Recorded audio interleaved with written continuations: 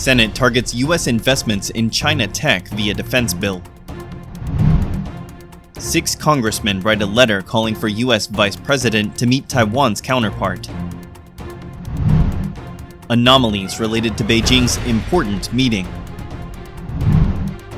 Soaring to sinking. Building up in Beijing and Shanghai can cause geological disasters. The U.S. Senate overwhelmingly approved legislation mandating that American companies notify federal agencies of their investments in Chinese technologies like semiconductors and artificial intelligence. The measure, passed by a vote of 91-6 on July 25th, is part of the National Defense Authorization Act, or NDAA, and is expected to become law later this year. The call for a tough stance on China remains one of the few bipartisan sentiments in the divided U.S. Congress, prompting lawmakers to introduce numerous bills to address competition with the Chinese government. The legislation, introduced by Senators Bob Casey, a Democrat from Pennsylvania, and John Cornyn, a Texas Republican, is an updated version of a measure they proposed in the previous Congress. It could put additional pressure on the administration to implement the order they have been developing since last year. In remarks urging senators to support the measure, Casey said, "We need this type of outbound investment notification to understand just how much critical technology we are transferring to our adversaries via these capital flows. With this information in hand, we can begin to take control of our economic future." Bloomberg reported that the White House also plans to propose the executive order by the end of August, with potential implementation in 2024 following the review and comment process. Unlike the proposed legislation, the executive order could ban certain new investments in China. Under the proposed legislation, companies must notify the Treasury Department 14 days before investments, and 14 days after secured transactions. This notification would encompass various investments, including acquisitions, debt, subsidiaries, joint ventures, and technology transfers. Additionally, the Senate passed an amendment to the NDAA enhancing federal reviews of foreign purchases of U.S. farmland, and in some cases prohibiting Chinese, Russian, Iranian, or North Korean purchases of U.S. farmland. 6 U.S. congressmen, led by Representative Tom Tiffany, co-signed a letter calling Vice President Kamala Harris to meet Taiwan Vice President Lai Ching-te when he transits in the U.S. next month. Lai plans to attend the inauguration of Paraguayan President-elect Santiago Peña on August 15th. The candidate, set to replace President Tsai Ing-wen, will stop in the U.S. on the way.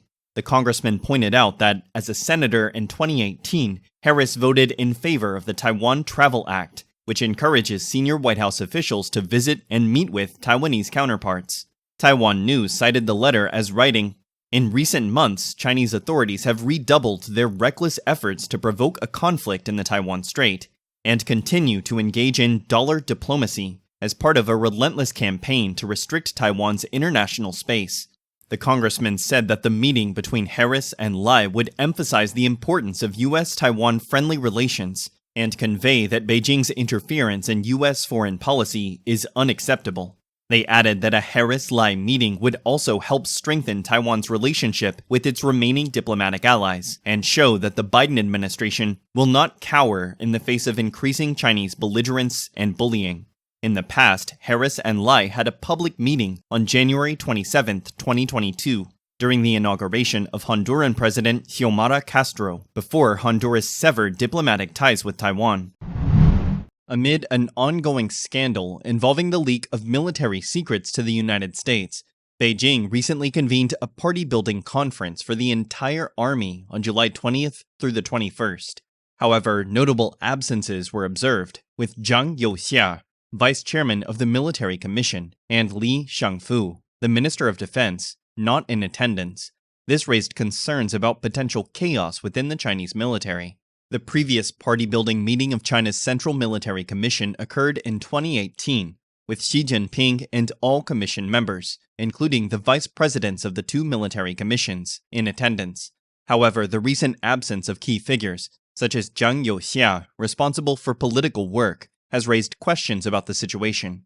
During the conference, Xi emphasized loyalty and the importance of political cadres, echoing his previous remarks during a visit to the Eastern Battlefield on July 6th.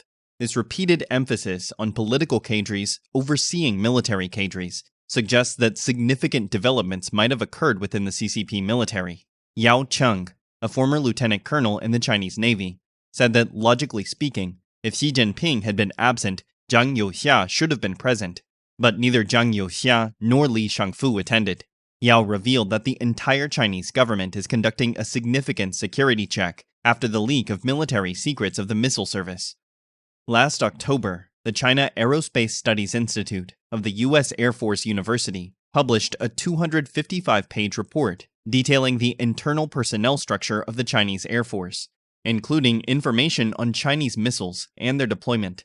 The report exposed key leaders in the rocket force, raising concerns about potential security breaches. Yao shared information from an old friend in the army, suggesting that Li Yuchao, the commander of the rocket force, was taken away during a meeting, possibly related to the leak of secrets to the U.S. Air Force University. Additionally, media outlets reported investigations into Zhou Gansheng, commander of the Strategic Support Force against Taiwan, and concerns about Chinese spy balloons entering U.S. airspace. News commentator Zhou Xiaohui's analysis pointed out the significance of Xi's mention of the Gutian Conference during the recent directive. The historical Gutian conferences marked critical moments in the struggle for military power within the CCP.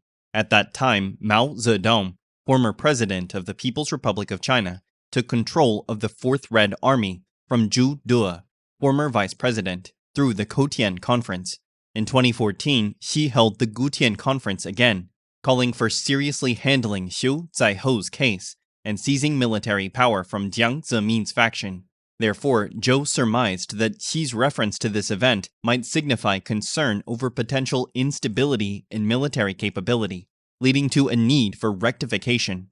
Zhou further observed a change in reports on China's military website since news of the investigation into top missile service officials emerged. The missile force's information decreased, while articles criticizing factions and emphasizing loyalty to Xi Jinping increased, suggesting a possible link between the investigation and addressing issues of disloyalty within the military. Analysts suspected that it was likely that some individuals in the military, particularly in the rocket force, may have violated the CCP's political rules, opposed preparations for war with Taiwan, or formed factions against Xi's Central Committee, all potentially connected to concerns about loyalty to Xi. On July 24th, Yao Cheng again shared internal news from the Chinese military on Twitter, indicating significant adjustments were underway. The CCP Army is completing leadership adjustments for each service and battle zone by August 1st, and further adjustments at the corps and division levels by August 11th. Zhang Youxia's absence from the Army's party-building conference was attributed to his active involvement in these adjustments. Yao also disclosed that, according to his knowledge, Xi Jinping had replaced all generals at the rank of lieutenant general and above. This overhaul led to the arrest or demotion of 18 generals, 30 lieutenant generals, and over 200 major generals, with some resorting to suicide. The extensive purge has left the entire military leadership uncertain, raising concerns over Xi's trust in his chosen generals and potential implications for the Chinese military. Beijing and Shanghai boast impressive skylines, modern financial skyscrapers, and glossy residential towers. However, beneath the sleek appearance of these cities lies something of a significant concern. Beijing, the capital of China, has the distinction of forming the world's most enormous water funnel due to its subsidence. At the same time, Shanghai has experienced ground subsidence dating back to the 1950s, resulting in a 7-meter-long crack. Beijing's subsidence has caused deformation in 6 local subway lines. According to research jointly published by the North China University of Technology and Wuhan University in 2022, Beijing's soil subsidence rate and extent have been increasing recently. The study identifies that 6 out of the city's 15 subway lines experience an average annual strain rate of more than 5 millimeters, with some lines, like Batom Line, witnessing a significant average yearly deformation rate of 22.5 millimeters. The gravity of the issue is most pronounced around the He-Zhuanghu metro station in the Chaoyang district. The subsidence problem extends beyond the subway system and is widespread throughout the city. A survey titled Spatial Temporal Analysis of Land Subsidence in the Beijing Plain combining INSAR and PCA indicates that various regions in Beijing, such as the southeast of Changping County, northwest of Haidian District, east of Chaoyang Town, northwest of Tongzhou, southwest of Shunyi, and southern Daxing, have experienced land subsidence from 2017 to 2020. The northwestern part of Haidian, the eastern part of Chaoyang, and the northwest part of Tongzhou are identified as areas with the heaviest land subsidence, with Chaoyang's Jinjiang County suffering the most severe drop of 0.34 meters. This subsidence issue is attributed to the overexploitation of groundwater resources, according to experts who employed interferometer synthetic aperture radar, or INSAR technology, to track surface collapse. Shanghai subsided 110 millimeters. Appeared a 7-meter-long crack in the ground. Time magazine reported that as far back as the 1950s, Shanghai had already experienced land sinking, whereas other Chinese cities encountered this problem later, starting in the 1980s. Analyzing historical satellite images, the University of Colorado found that the ground in Shanghai has subsided by 110 millimeters since 1965, and the metropolis's ground level decreased by approximately 3 meters compared to a century ago. More than 50 cities in China, especially those in the Yangtze River Delta, Funhe-Weihue Basin, and the North China Plain, are confronting land subsidence issues. The potential consequences of subsidence are alarming, as accidents like sinkholes and cracks pose significant risks to residents.